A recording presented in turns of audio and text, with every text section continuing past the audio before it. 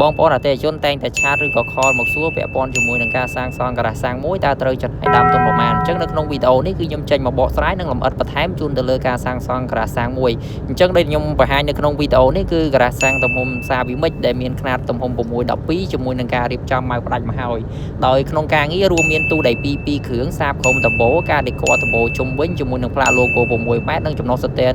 ទំហំ25,000 លីត្រអញ្ចឹងនៅក្នុងតម្លៃម៉ៅផ្ដាច់នេះគឺមានតម្លៃត្រឹមតែ$20,000ជាងប៉ុន្តែនៅក្នុងការសាងសង់ខ្នាត612នេះក៏យើងមានតម្លៃផ្សេងទៅតាមការដេក័រនិងម៉ូដផ្សេងទៅតាមពុកម៉ែបងប្អូនកំងផងដែរហើយបងប្អូនមានកញ្ចប់លុយ$19,000គឺបងប្អូនអាចប្រឹក្សាយោបល់ជាមួយនឹងក្រុមការងារយើងបានដោយក្នុងកញ្ចប់តម្លៃ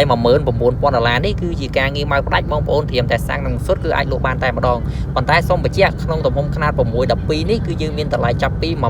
$19,000រហូតដល់$20,000ជាងទៅតាមការដេក័រនិងការរៀបចំផ្លាក logo ផ្សេងអញ្ចឹងដើម្បីប្រឹក្សាយោបល់បន្ថែមបងប្អូនគ្រាន់តែលាក់លេខនៅក្នុង comment នេះគឺក្រុមការងារយើងខ្ញុំនឹងធ្វើការ call និងប្រឹក្សាយោបល់បន្ថែមជូននិងលម្អិតទៅលើការងារនីមួយៗតាមផ្នែកសំណង់ដបូ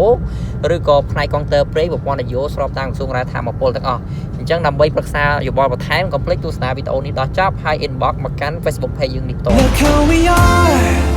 We are the dreamers, we make it happen. Guess we believe it. Look who we are the dreamers.